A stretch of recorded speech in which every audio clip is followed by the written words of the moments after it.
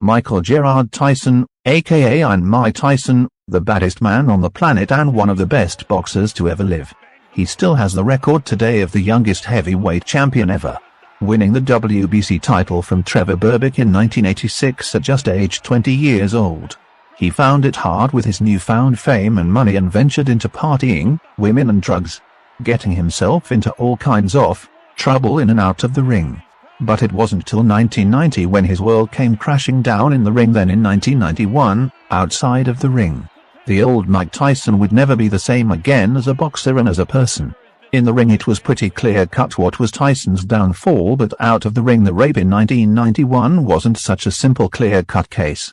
We are going to go into his past and the flaws in the case, which will make you think, was Mike Tyson guilty?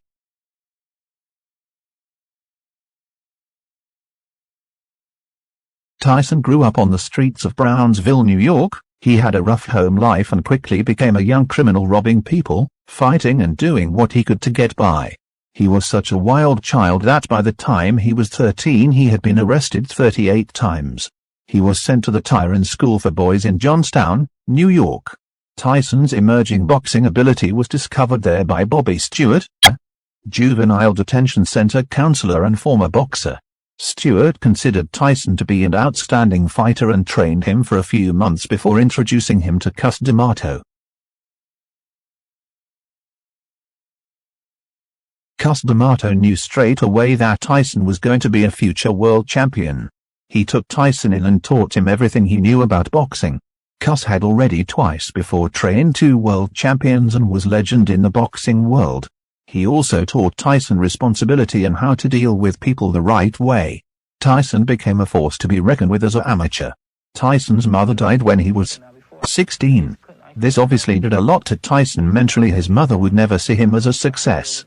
Tyson later said, "I never saw my mother happy with me and proud of me for doing something. She only knew me as being a wild kid running the streets, coming home with new clothes that she knew I didn't pay for. I never got a chance to talk to her or know about her." I can say honestly I have a very deep affection for him, I do. To me, he's my boy, he's with me. I often say to him, you know, I owe you a lot, and he doesn't know what I mean, but I'm going to tell him now what I mean. If he weren't here, I probably wouldn't be alive today. The fact that he is here and doing what he's doing, and doing as well as he's doing, and improving as he has, gives me the motivation and interest to stay alive. Because I believe that a person dies when they no longer wants to live. But I have a reason with Mike here, and he gives me the motivation. I will stay alive, and I will watch him become a success, because I will not leave until that happens. Cus adopted Tyson and became his guardian. It was the first time he had a role model in his life, and his passion for boxing was phenomenal. He was helped to be trained by Teddy Atlas for several years. Then Teddy Atlas was dismissed by Cus and Kevin Rooney took over to aid Tyson's training. It was a perfect team and all was well in Tyson's life.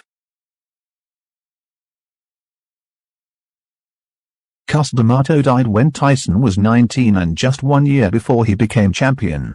This crushed Tyson beyond belief. Even today Tyson gets emotional over Cus. He lost his trainer, role model and best friend.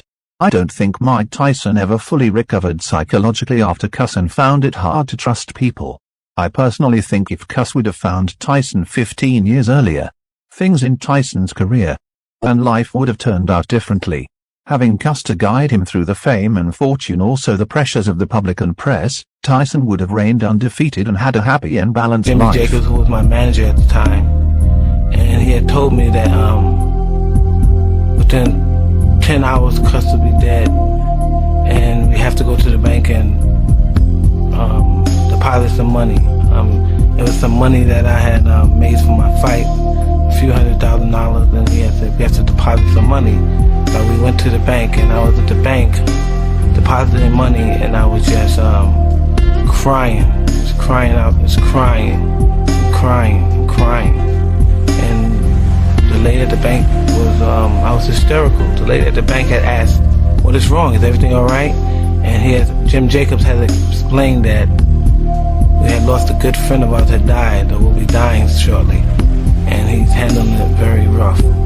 And I was just very hysterical. And Jim Jacobs was cool as ice, nothing fazed him. But to me, it was like I lost my whole life. I didn't know where to go from there. I can remember being at Customado's funeral. I was a pallbearer there. You know, I was very proud to be a pallbearer for him. And I was just 19 years old. I didn't know what to do with my life. There was news cameras there, there were reporters there. And I was just saying, I don't have my friend no more.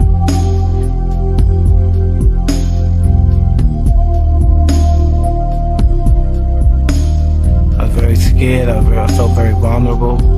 I felt lonely. I just felt naked to the world. I just felt like a very vulnerable young boy. And it was just a real horrific time for me in my life. I was just a young boy at 19, and I didn't have the chance to let Cuz see the prospects of me growing as a heavyweight champion. A boy comes to me with a spark of interest. I feed that spark and it becomes a flame. I feed the flame and it becomes a fire. I feed the fire and it becomes a roaring blaze.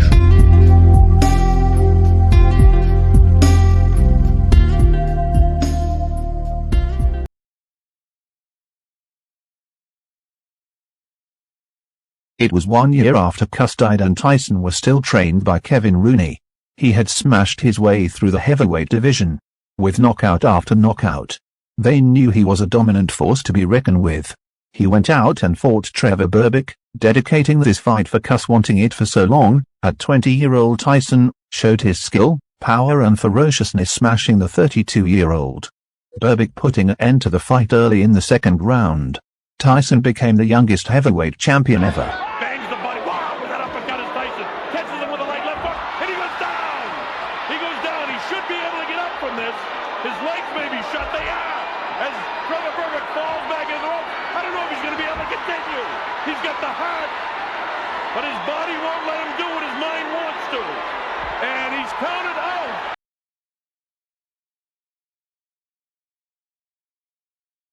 Tyson quickly took over the heavyweight division, becoming the undisputed champion by beating Tony Tucker and James Bone Crusher Smith. He was the most feared fighter in the history of boxing and had an era of invisibility without hardly being rocked in a fight. Along this time he met his wife Robin Givens, which had a short-lived rocky marriage. She accused Tyson of domestic violence. She also controlled his money and made a big stir-up with promoter Don King and manager Bill Caton. It became very clear Robin was very money-set, along with the third wheel in the marriage, Robin's mother.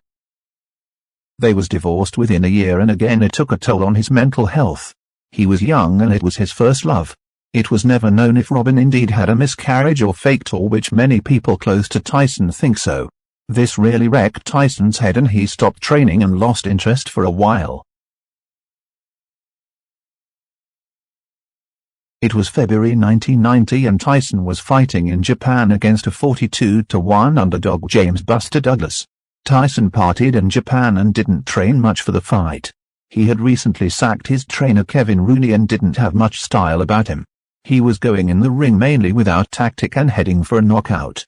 Tyson did knock down Douglas in the 8th and what appeared to be a long count of at least 13.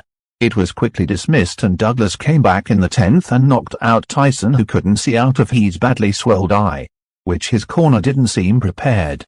King protested and appealed after the fight on the referee's long count but didn't win. Tyson said he lost the fight and that was that, but deep down Tyson was finished in the ring.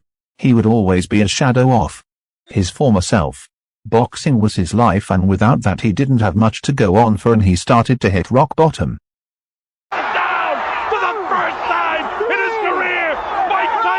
Hits the canvas. He's in big trouble. He may not be able to recover. It's up to 7 and 8. He's not gonna make it. Unbelievable! Unbelievable! Unbelievable! Tyson stuck at boxing and had several wins on his way back to fighting for the titles. In July 1991 he went to a Miss Black beauty pageant in Indianapolis, where he met 18-year-old DISEREE Washington, who was Miss Black Rhode Island and competing in the contest. Tyson was flirting with many girls there, dancing and having fun, but one he took a shine to, and she certainly took a shine to him too, was Washington. Witness accounts have it she was overly flirting and basically all over Tyson. more than the other girls was that night. Tyson asked her out and she gave him her hotel room phone number. At approximately 1:30 a.m. on the 19th of July 1991, 25-year-old Mike Tyson called the 18-year-old DISEREE Washington at her hotel room.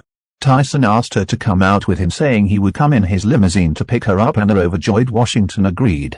Tyson's limousine came to pick her up not long after, and they kissed and cuddled on the way to Tyson's hotel, and a parked limousine was stopped for several minutes outside the Canterbury Hotel where Tyson was staying while the couple made out.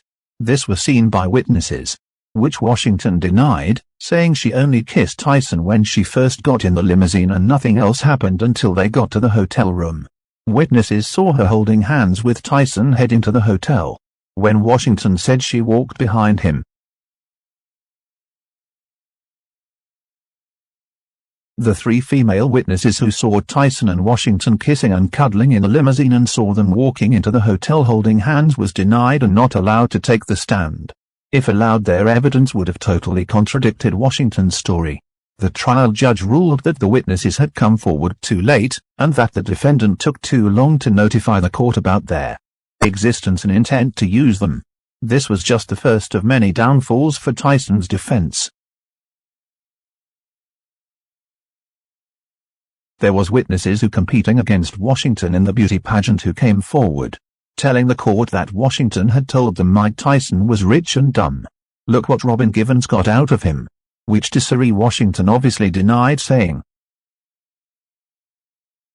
The ex-boyfriend of Washington's, Wayne Walker, 21, said Washington willingly had sex with him once in October 1989 while both attended Coventry High School. After the sex, she went to the bathroom, came out crying very scared, and she kept saying to me that sex before marriage was against her religion and her father would kill her. Walker said a friend of his scribbled graffiti about the encounter on the school's locker room walls. When Washington's father, Donald, found out about the graffiti a week after the encounter, he called Walker's home and said Walker had raped his daughter. When Walker later asked Washington why she lied about him raping her, she said she didn't want her father to know she had sex and wasn't a virgin. She was scared. Tyson's lawyer Vincent Fuller, who was brought in by Don King, was mainly an expert in tax lawsuits. He had took on a few criminal lawsuits but mostly white-collar stuff and not street crimes, especially sex-related crimes. He was not up to the job. Everybody who had a legal bit of common sense knew that with a good lawyer Tyson would have not got a conviction. Now it was time for both characters to come out in court. Tyson, a street kid with a long criminal record for violence and being basically a sex addict, known for being an animal in and out of the ring. A undereducated high school dropout with a bad attitude. Then there was Washington, an overachiever at school. A religious choir girl who seemed too good to be true. Washington took the stand and the jury was shocked at the size of her compared to Tyson. She acting like a child and a goody two-shoes all along. Fuller's job was easy, and it was to prove Washington had consensual sex with Tyson. Washington was wearing a sanitary towel when she was took back to Tyson's hotel, which she went to the bathroom to remove. Why, unless she wanted sex, would she do that? The hotel also had a telephone in the bathroom which she could have called for help when she took off the towel. Washington also admitted there was a number of times she could have escaped the hotel room. Fuller picked at these inconsistencies and others through that night which she got very defensive about. Then Fuller made the biggest mistake, which was to let Mike Tyson take the stand. With Tyson's street attitude and unmannered behavior was not a good idea.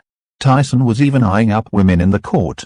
Obviously thinking the case was an easy win and not worried, didn't take it to be overly serious.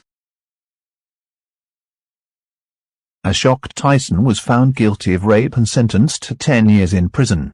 He was able to apply for parole after 6 years with good behavior. The trial was one of the biggest mismatches in legal history. He appealed against conviction and it failed too. Tyson had to just take it on the chin. Yes, Washington showed signs of sexual trauma which Tyson and more or less every girl he had slept with had said Tyson liked rough sex. The size of Tyson raping a girl the size of Washington would have been a lot more traumatic than the physical trauma she showed. Washington walked out of the courtroom with a good portion of Tyson's money, and that was the end of her no rape campaign. No women's rights, nothing.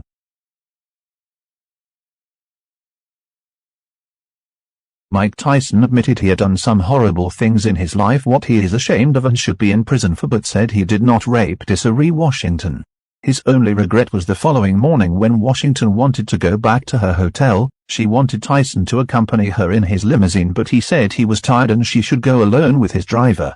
Tyson said she most probably felt used and angry at Tyson. He said if he only went with her, things might have turned out differently.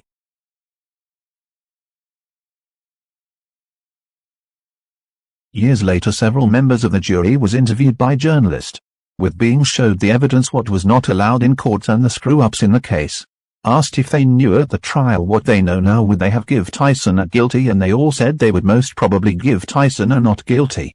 Many high-profile people defended Tyson, like future President Donald Trump. Tyson is a very liked character even to this day. Why would people like Tyson and show him respect if they thought he was a rapist? That's why Tyson is still around as a boxing legend, has good reputation. Mike Tyson could have called any girl from the beauty pageant or anywhere else for sex. Why would he need to rape DISEREE Washington?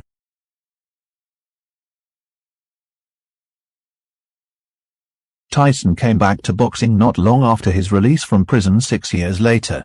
He won a portion of the belts back.